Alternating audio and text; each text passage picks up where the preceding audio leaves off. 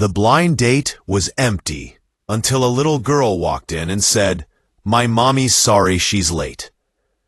It was one of those late afternoons where the city lights began to wake, shimmering through the tall glass windows of Bellerose, an upscale restaurant nestled in the heart of downtown. The tables were filled with murmurs of laughter, clinks of silverware, and the low hum of jazz floating from hidden speakers. At a corner table, elegantly set for two, sat Graham Hale. He was the kind of man who wore time like a uniform. Crisp white shirt, tailored gray tie, cuffs aligned perfectly above his wristwatch, a timepiece that cost more than most people's monthly rent. But it was not about the money. It was about precision, control, discipline. He sat still, eyes flickering once again to the screen of his phone. No new messages. He pressed his lips into a thin line, then turned his wrist and glanced at the dial of his watch. 17 minutes past the hour. His jaw flexed. He hated lateness, not because of inconvenience, but because it reminded him of something else. A feeling of being overlooked, forgotten. A child waiting on a doorstep that never opened. He pushed his chair back, the legs sliding smoothly against the marble floor. The matra saw him begin to rise and approached, but Graham lifted a hand lightly. Not now. Then it happened. A small figure darted between the legs of a waiter and a passing couple, a blur of blonde curls, pink shoes, and determined little steps. She ran straight toward him, uninvited, uninhibited. She clutched at his pant leg with tiny fingers and looked up, cheeks flushed from the run, blue eyes wide with urgency. "My mommy's sorry she's late," the little girl said, slightly breathless, as if this apology had been rehearsed and meant the world to deliver. Graham froze for the first time in a very long while. He did not know what to say. The restaurant blurred for a moment. All the precision in his world, the ticking watch, the measured tone of jazz, the rhythm of his structured life paused. He looked down at her. She was maybe 3. A wisp of a child, wearing a denim jumper over a yellow t-shirt. One sock slightly slouched, the other perfectly in place. A tiny silver barrette held a strand of hair to the side, but the rest was a tousled halo. And those eyes, honest, expectant. His lips parted. What?" she said, to say that the girl repeated, firmer now, as if she feared he had not heard her clearly. "Mommy said she's really, really sorry." She tugged again at his pant leg and gestured to the empty chair across from him. "That's for her, right?" Graham slowly lowered himself back into the seat, not taking his eyes off her. Something inside him, something old and quietly wounded, stirred. He had been the boy once, sitting on a cold step with a backpack waiting, telling himself stories about why someone was late, why they forgot. He had built an empire to never feel that way again. And now this small girl, this child with chubby hands and serious eyes, had taken him right back to that doorstep. Except she had come to deliver the message he never got. A voice called out from behind. "Maisie! Maisie! Honey!" A woman hurried into view, breath-catching, heels clicking unevenly. "I told you to wait by the door." Graham looked up. There she was, blonde hair escaping a low bun, face flushed with embarrassment. She wore a simple navy dress and carried a tote bag that looked far too heavy for one shoulder. Her eyes met his, and for a moment she hesitated. "I'm so sorry," she said, her voice warm but rushed, wrapping her arms protectively around the child. She insisted on finding you," the little girl beamed, I did it, Mommy. I told him. The woman laughed softly, then looked at Graham again. Leah Monroe, she said, extending a hand. He shook it instinctively. Her grip was firm, honest, no pretenses, no gloss. Graham Hale. A flicker of something crossed her face. She had heard the name most people had, but she did not mention it. Instead, she turned to her daughter. Maisie, can you say sorry for running off? Maisie nodded dutifully. Sorry, Mr. Graham. Graham blinked. It's okay, he said almost too quietly. The matron arrived, unsure whether to intervene or serve. Graham lifted a hand slightly. They were staying. As the two sat down, Graham noticed the way Leah smoothed Maisie's hair, before placing her gently on a booster seat. Every movement was calm, full of care. She adjusted her own chair with a quiet apology, and exhaled deeply, just once. For the first time in a long time, Graham Hale didn't mind the time, and he certainly wasn't thinking of leaving anymore. Leah Monroe sat across from him, still catching her breath, strands of golden hair slipping from the loose bun at the nape of her neck. The sleeves of her dress were slightly creased, and her cheeks still held a faint flush from rushing. I'm sorry, she said again, this time softer, looking directly into Graham's eyes. There was a man who collapsed near the subway. I had to help. Her voice held no performance, no dramatics, just the simple weight of a truth she did not seem to think needed defending. Graham stared at her, the usual script in his mind failing to cue. He had expected excuses. He had expected something about traffic, a forgotten item, a call from work. He had not expected this. She reached down to adjust Maisie's sandal, her hand lingering for a second on her daughter's ankle, then straightened up. Her dress was plain navy blue with a faded hem. No jewelry, not even a watch. But there was something in the way she carried herself, steady, present. Graham tilted his head slightly regarding her. Most people don't stop. Leah shrugged, lightly. Most people assume someone else will. There it was again. That quiet conviction. He didn't know what surprised him more. The fact that she had stopped for a stranger, or the way she spoke about it like it was the most normal thing in the world. It took longer than I thought, she added. The ambulance was late. And, well, Maisie insisted we still come. I'm glad you did, Graham said, almost before realizing he had said it. Maisie giggled and waved at a passing waiter. Mommy makes booze feel better. Leah smiled at her daughter, then turned her attention back to Graham. I hope you weren't waiting too long. He hesitated. 17 minutes. Her smile faltered for a split second. That's pretty long. Graham nodded, but then surprised even himself by adding, It's fine. Something about the sincerity in her apology, not defensive, not overdone, softened the tension he always held around lateness. In his world, every second was $1. Every delay was a crack in the system. But this woman had chosen a stranger's life over punctuality. That unsettled something deep in him. He glanced toward the door, where the maitre had initially hovered earlier, now out of sight. He could have walked away.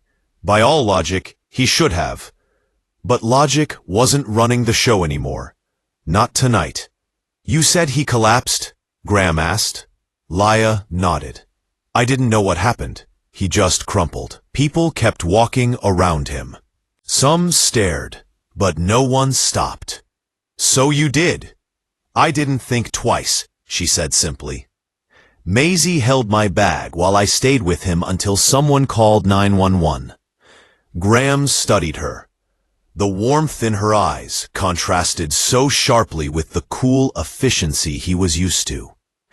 The people in his world moved quickly, talked fast, shook hands with masks on. But here was someone who didn't even own a mask to wear. Maisie reached across the table and grabbed a sugar packet, fiddling with it before Leia gently took it from her. "Sorry," she said. "We're usually more organized."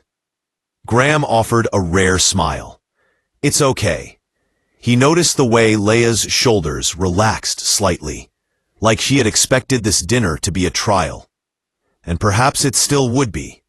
But for now, the tone had shifted. "Thank you for still coming," he added, his voice lower. Leia looked at him, curious. "Did you think I wouldn't? I thought you might decide it wasn't worth it." She considered that if I didn't think it was worth it, I wouldn't have come at all. Graham leaned back slightly, something unfamiliar stirring in his chest. Admiration, maybe, or something quieter, deeper, something he hadn't let in for a long time. "I had to help." That sentence repeated itself in his mind. People were late for selfish reasons. People missed things because they forgot, because they didn't care. But she had been late because she chose someone else over herself. He did not want to leave anymore, not even close.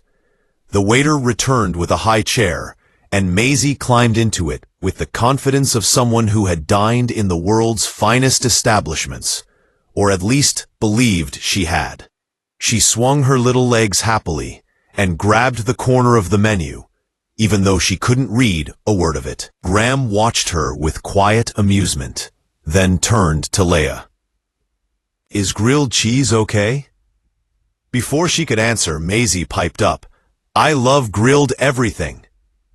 Leia laughed, a soft melodic sound that made Graham's shoulders lower an inch.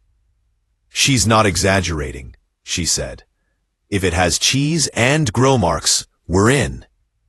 Graham gave a small nod to the waiter. "3 orders then. 1 grilled cheese, 1 seared salmon, and a pasta with no herbs or green things," he said, glancing at Maisie, who grinned in approval. "You've done this before," Leia said, her brows raised. He smirked. "Not exactly, but I learned fast." The conversation began with slow, polite exchanges. Where they lived, what they did, the kind of small talk that usually felt forced. But something about this evening made it different. Maybe it was the way Maisie occasionally chimed in with wide-eyed comments about things like clouds shaped like elephants.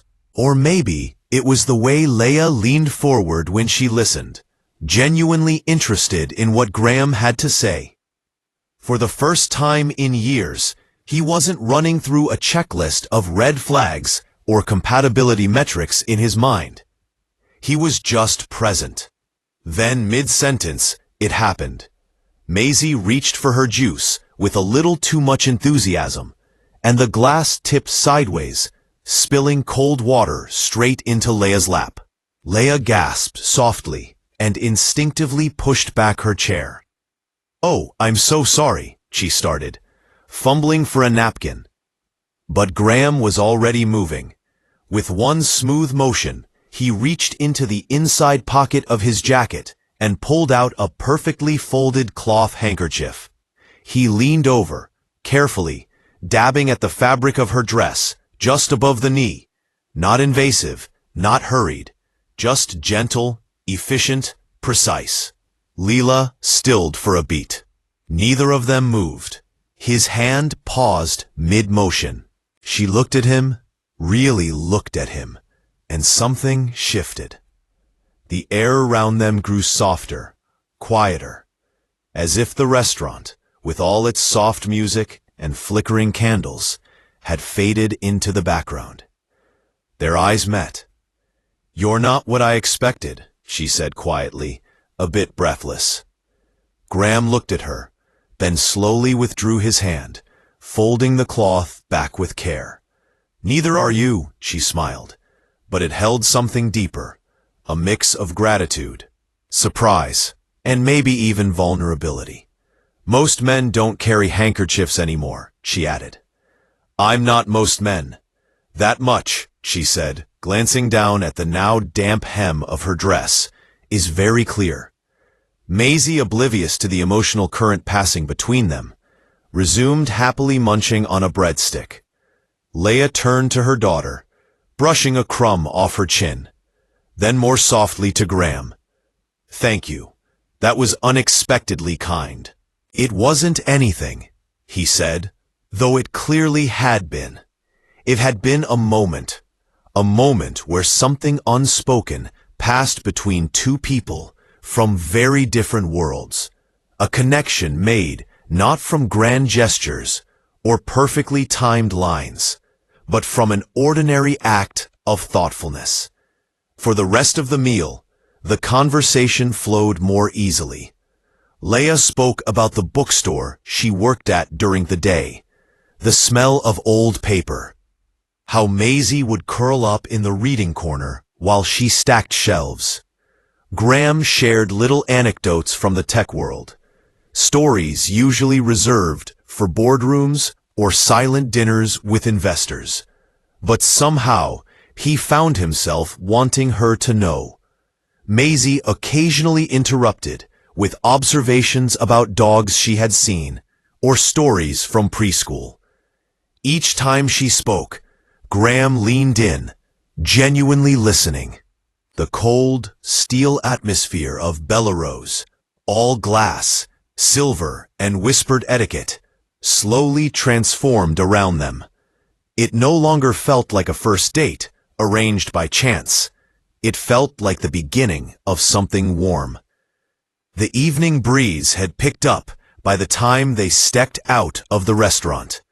The city lights glowed softly above, reflected in passing car windows and the wet sheen of the pavement. Graham reached into his coat pocket, adjusting his keys. "I'll drive you home," he offered, nodding toward the sleek black car parked just across the street. "It's late, and the city's not exactly charming at night." Leia gave a gentle laugh, shifting Maisie to her other hip.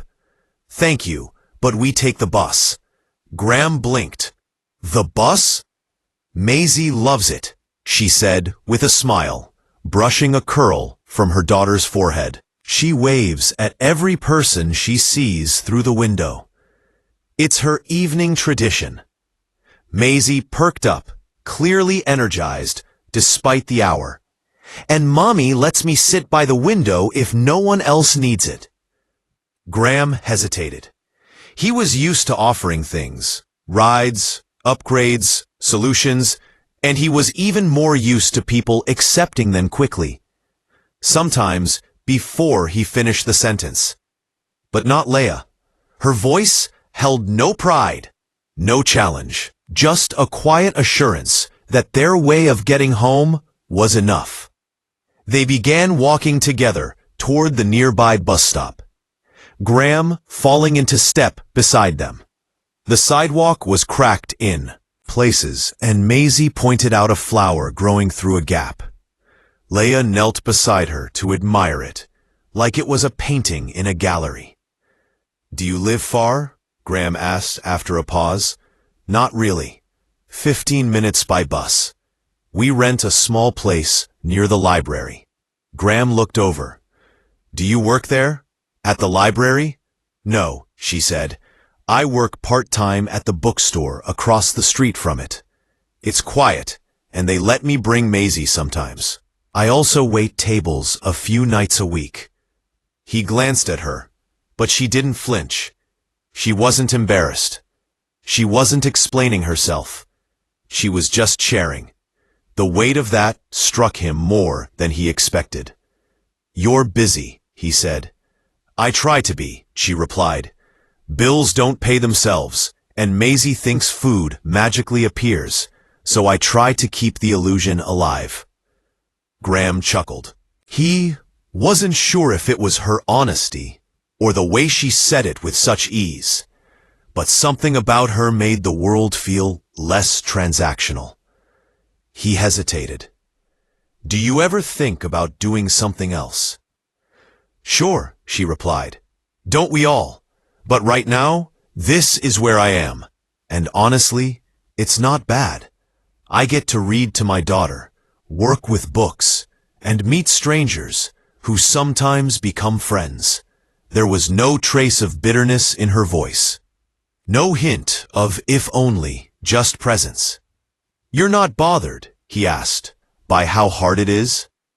Leia looked at him, then really looked. Life's hard for everyone in different ways. "Graham, I just try to make sure it doesn't make me hard in return." They stopped at the bus stop. A breeze stirred the hem of her dress. She adjusted Maisie's jacket and added quietly, "Kindness is what I want Maisie to remember, not how fancy our dinner was." The words hit him like a quiet wave, soft but unstoppable. He had grown up thinking success was armor. The more of it you wore, the less the world could hurt you. But in front of him stood a woman with no armor at all. No wealth, no connections, no backup plan, just love and quiet resolve. And suddenly, all his polished routines and bulletproof strategies felt small. He looked at her, then at Maisie, now humming to herself while swinging her feet. And for the first time in years, Graham Hale, tech magnate, control freak, perfectionist, didn't feel superior. He felt humbled. There were no more reservations, no formal dinners or name cards on crisp white linens. From that night on, their meetings were simple, unplanned, but somehow they mattered more.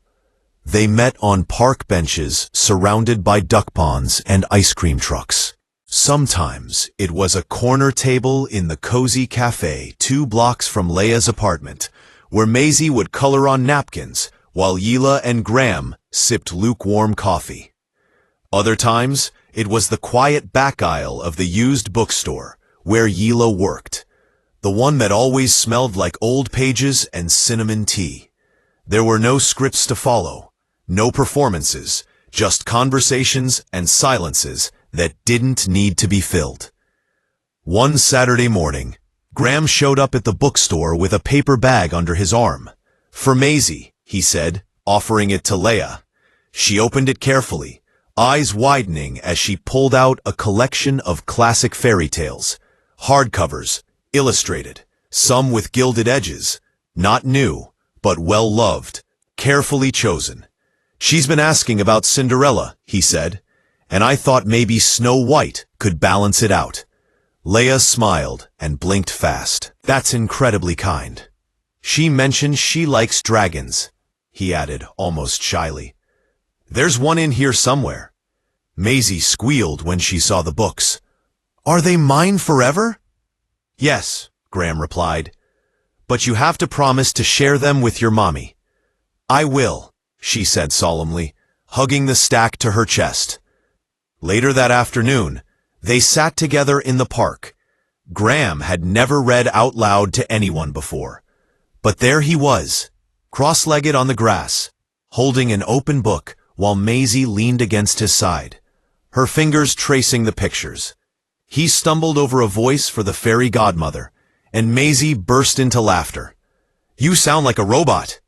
"I am a robot," he deadpanned. Fairy protocol activated. Leia watched from a short distance, sipping tea from a paper cup, her smile soft and steady as the sun began to lower. Graham helped Maisie into her shoes. She'd kicked them off during a pretend tea party with imaginary woodland animals. He didn't say anything as he found them under a tree, dusted them off, and placed them back by her feet.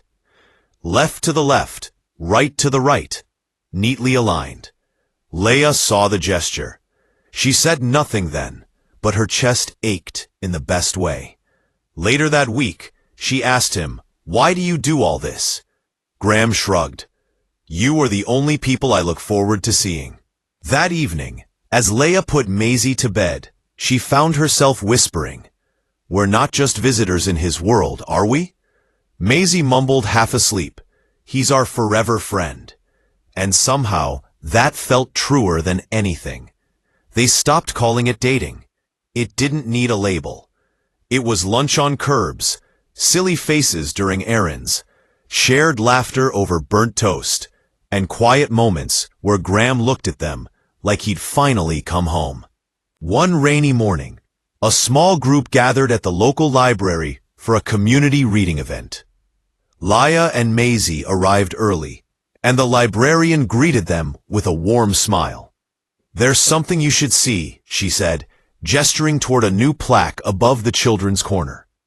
Leah stepped closer. The gold letters were etched simply, but they held so much. Donated with gratitude by a friend, for the woman who makes time for strangers, and the girl who makes me smile. L&M Reading Nook. Her hand flew to her mouth. Maisie tugged at her coat. "Mommy, that's us." Leah blinked back tears. "Yes, baby, that's us." She turned and caught sight of Graham, standing at the far end of the library, watching them with a soft, almost bashful expression. He said nothing. He didn't need to. The gesture was louder than any declaration. He wasn't just showing up anymore. He was staying. It happened on a Wednesday morning. The sun hadn't even cleared the rooftops when Yila's phone buzzed with 3 unread messages, then 5, then 12. Her hands trembled as she opened the first link. There it was, bold, unmissable, plastered across a gossip site's homepage. Tech giant, dating waitress with kid, secret romance, or charity case. The photos were grainy, but unmistakable.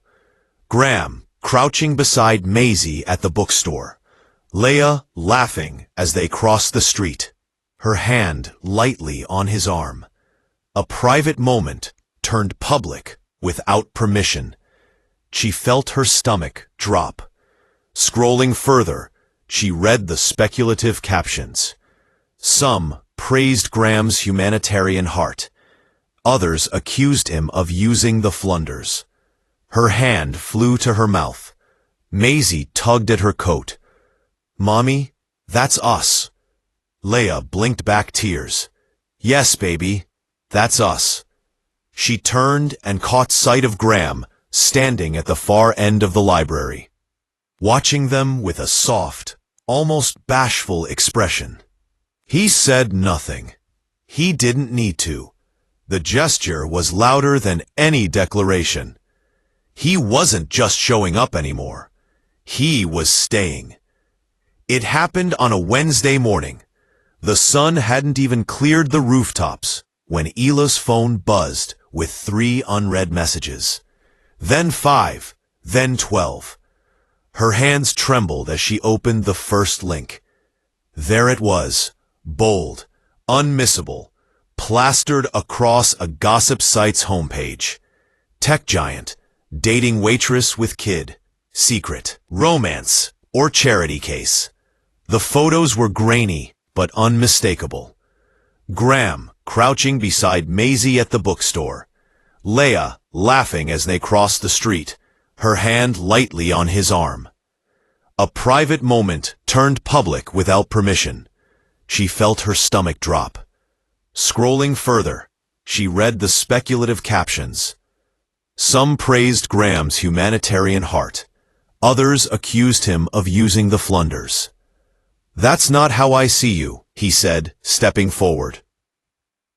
"I'm not a story you rescue," she snapped, tears rising. "I'm someone trying her best." Silence. Graham looked at her, then at the small pink raincoat hanging on the hook near the door. He exhaled slowly. "I didn't want this either," he said. "Not like this." Leah wiped her cheek. "Then maybe you should go." From the hallway, Maisie's voice called out softly. "Mommy, is he not coming anymore?" The question cracked something in Leah's chest. Graham turned toward the sound, but stopped himself. He looked at Leah one last time. Her guarded stance, her trembling hands, her heart pressed between survival and pride. He nodded once, then walked away. No speeches, no promises, just the soft click of the door closing behind him. 3 days passed. Leia didn't text. Graham didn't call. The world spun on, fast and loud. But inside Leia's small apartment, everything was quiet. Too quiet. Maisie had stopped asking where Graham was after the second night, though Leia could see it in her eyes, the wondering, the waiting. On the third evening, just as dusk crept through the blinds, there was a knock at the door. Leia froze in place. For a moment, she didn't move. Then she stood, heart pounding, and walked slowly toward it. When she opened the door, there he was, Graham Hale, without his usual armor. No sleek car behind him, no tailored suit. Just jeans, a worn sweatshirt, and messy hair that looked like he hadn't slept much. In each of his arms was a grocery bag, plastic, crinkled, and filled with dollar store snacks. He lifted one slightly. Ramen noodles, chicken-flavored, the spicy kind you like. He lifted the other, popcorn, microwavable, and a chocolate bar that says it might be real cocoa, but probably isn't. Leela blinked, speechless. Graham took a breath and looked her in the eye. I'm not here as a CEO. I'm not here with statements or damage control or solutions. His voice was quieter now, steady but raw. I'm just a man who'd rather sit on your couch than at any boardroom table. From behind Leia, a small voice called out, Mr. Graham? Maisie appeared in the doorway, pajama-clad and barefoot. She held something small and folded in her hand. She walked up and offered it to him. This is yours, she said. Mommy washed it. Graham looked down and unfolded the cloth. It was the handkerchief. His handkerchief. The same one he had used that night in the restaurant. Carefully folded now. Soft and clean. His throat tightened. Thank you, he whispered, bending down to meet her eyes. Maisie looked up at him. Serious? Can you stay this time?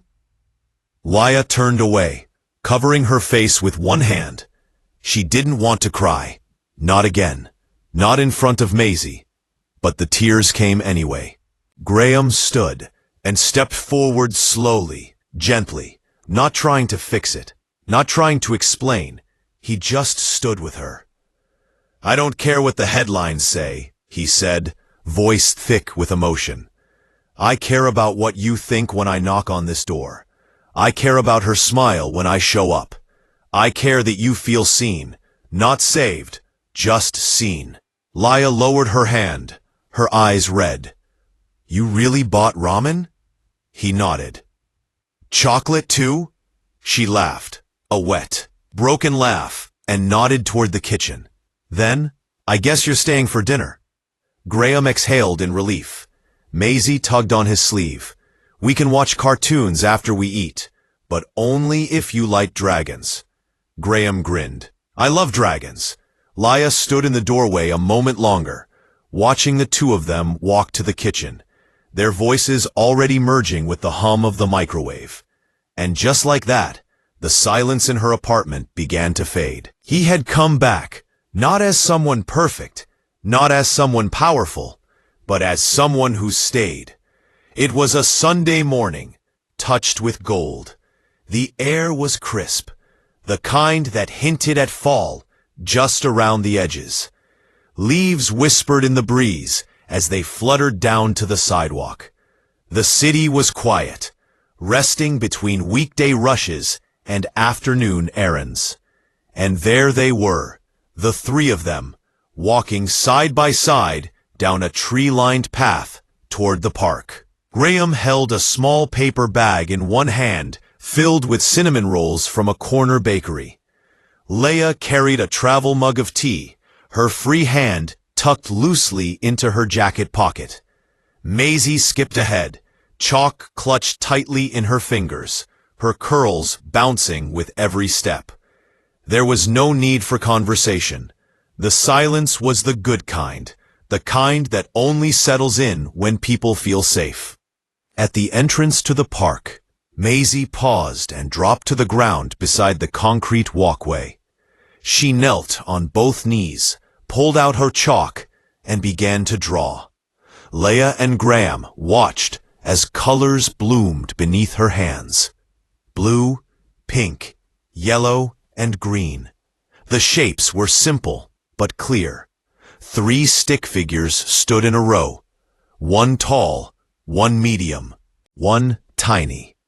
With a swirl of blonde chalk for hair above them, in crooked, slanted letters, she scrolled, "My family." Graham stared at it.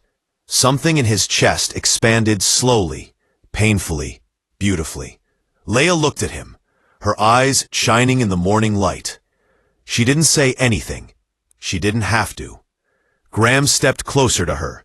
He took the mug from her hands and set it gently on the nearby bench. Then he turned, took a breath, and dropped to one knee on the sunwear-armed pavement beside the drawing. There was no ring box, no big speech, just his eyes meeting hers, steady and clear. "Can I stay?" he said softly, "for every late moment of your life?" Leah's breath caught. Maisie looked up, a chalk smear on her cheek. "Does that mean you live with us now?" Graham smiled at her, then turned back to Leah. "Only if your mommy says yes." Leah stepped forward, bent down, and cupped his face in both hands. "You already stayed through the worst," she whispered. "Of course, you can stay for the rest." She kissed his forehead, and he closed his eyes, as if sealing the moment into memory. Maisie clapped her chalk-stained hands. "Yay! Can we have pancakes every Saturday now?" Graham laughed. "Deal, but only if you help flip them."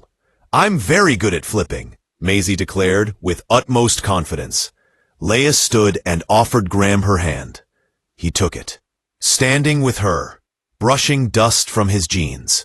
Together, they turned back down the path. Leah on one side, Graham on the other, Maisie between them. They walked slowly. 3 shadows stretched across the pavement. 3 hands held tight. 3 hearts different but whole, stitched together not by blood, but by choice.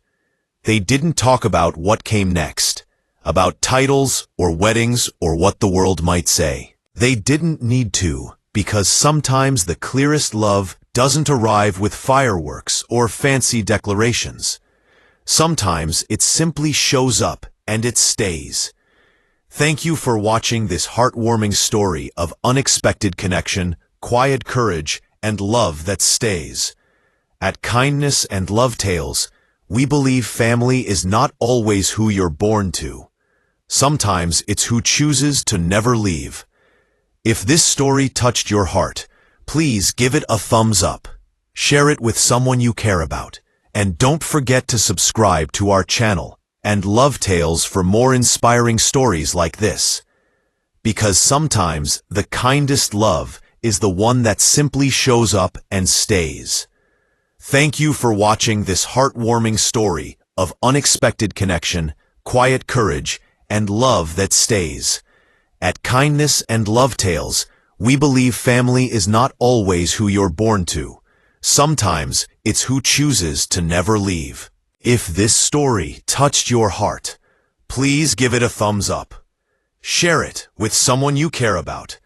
And don't forget to subscribe to Kindness and Love Tales for more inspiring stories like this. Because sometimes the kindest love is the one that simply shows up and stays.